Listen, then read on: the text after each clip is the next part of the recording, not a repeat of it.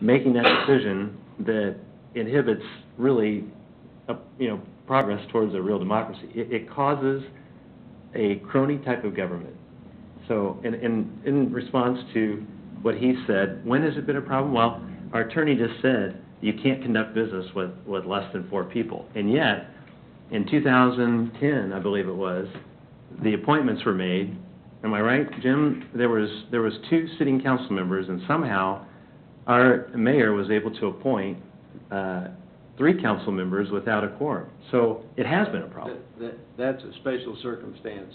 You don't have enough people sitting on the council to have that quorum. And who gives the mayor that special dispensation to basically circumvent the law? I mean, it was maybe an opinion, but it's not necessarily fact, right? That issue would have been the same issue with a quorum of 3. Okay, right. Let's let Jim answer the question that Larry asked, please.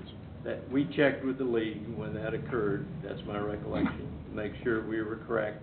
And when you don't have enough sitting council people to have a quorum, then you can proceed in the manner in which we proceeded. That's not the case now. Says who? And actually, I believe Steve had a comment, unless you want to yield it to No, Footage. well, I mean, if Larry wants to finish his thought, I'll finish. I guess the League of Kansas Municipalities is just one legal opinion. And, I mean, unless they indemnify us against violating the law, it's clear, and you just stated it earlier, that you can't conduct business with less than 4 people. So there's the answer to your question. It has been a problem in the past. We ended up with a mayor and 2 council members appointing 3 other people that were not elected by the council or by the citizens. How else would business have been conducted? That's the issue here. Is we have to think ahead of how can this hurt us in the future? And right now, it can hurt us in the same way that it hurt us last time. Okay, Steve. Let me get clarification. I know we're not talking about anything other than aspects of Charter Ordinance 19, but I'm asking for an opinion here again. When we're looking at Statute 14204, it says that the governing body shall appoint an elector of the ward, and this, obviously that would be struck in our circumstance because we don't have wards, whenever a vacancy occurs. The governing body, in your definition, does that include the mayor? Sorry, you ask the question again. Yes. It says on here, if you look at Statute 14204, the last sentence of the paragraph, whenever a vacancy occurs, the governing body shall appoint an elector. Right. So, a qualified elector, obviously, for that vacancy. In your legal opinion, does that governing body include the mayor? I think you're talking about the 5 councilmen right now. Okay, so the mayor has no vote in that circumstance. Not except for a tie. Okay, so there is no equal vote here. The mayor has no part in the process unless there's a tie. So wait a second. You're talking about Charter Ordinance 19 or the appointment process? No, I'm talking about if we repeal Charter Ordinance 19 and there is a future appointment that's needed for the city council, the mayor has no vote whatsoever unless there's a tie.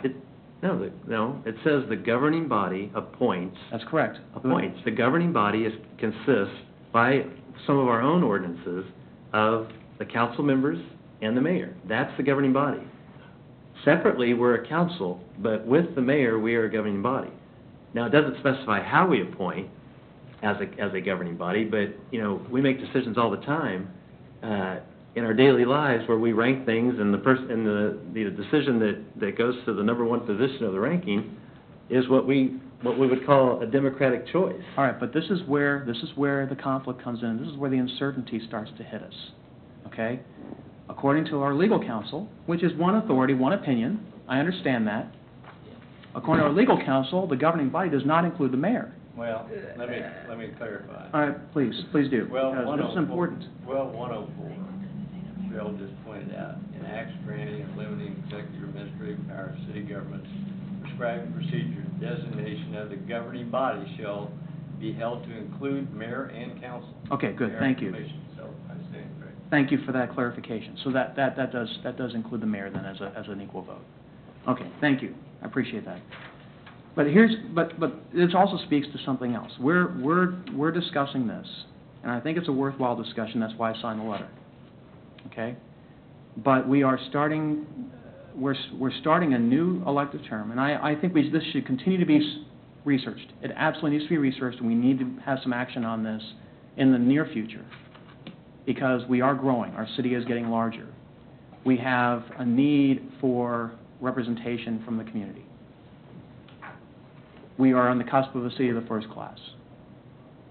We could even pass a resolution, if I understand it, that would designate us as a city of the first class. We could do that next week. We have the population threshold to do that. And then we could get confirmed by the state and by the governor's office for that. I just don't feel that, and understanding that this is a deliberative process and we need to go through this with some sort of rationale and methodology. Just repealing the ordinance outright tonight or even next week is probably not in the best interests of our city. It's going to create some uncertainty.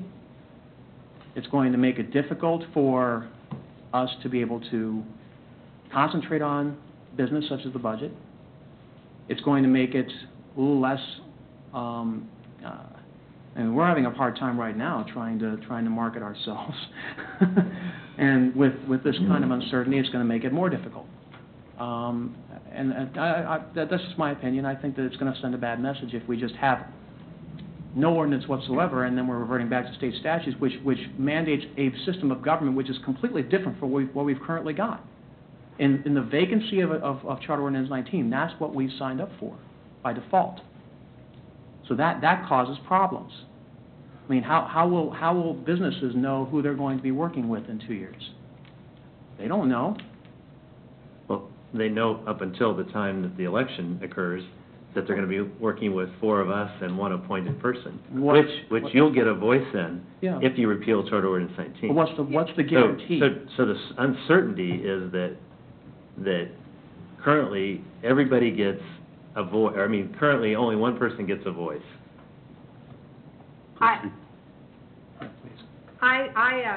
First of all, I agree with what he said, and I have talked to numerous people over this past week who really think the 4-person quorum is good for 2 reasons. First of all, it's more representative, even though it's 1 person. But secondly, it also holds all of us accountable for attending meetings and being responsible, which is what we signed up to do. As far as the appointment process, I understand in the past, I was one of the appointed people under the past. However, I feel that it's unfair to jump to conclusions that things like that are going to continue when we haven't even begun. I mean, we've begun our first process, and I think that this has been an open process so far. I think that we all have a say in it, and although I don't like the way the statute is written, I do feel that there's very specific criteria that allows a person to serve in this capacity. It's very specific. And if you have an issue with somebody who's being appointed to this position or a recommendation for appointment, which that person has probably volunteered, you should be able to sit up here and say why you don't think they should be appointed.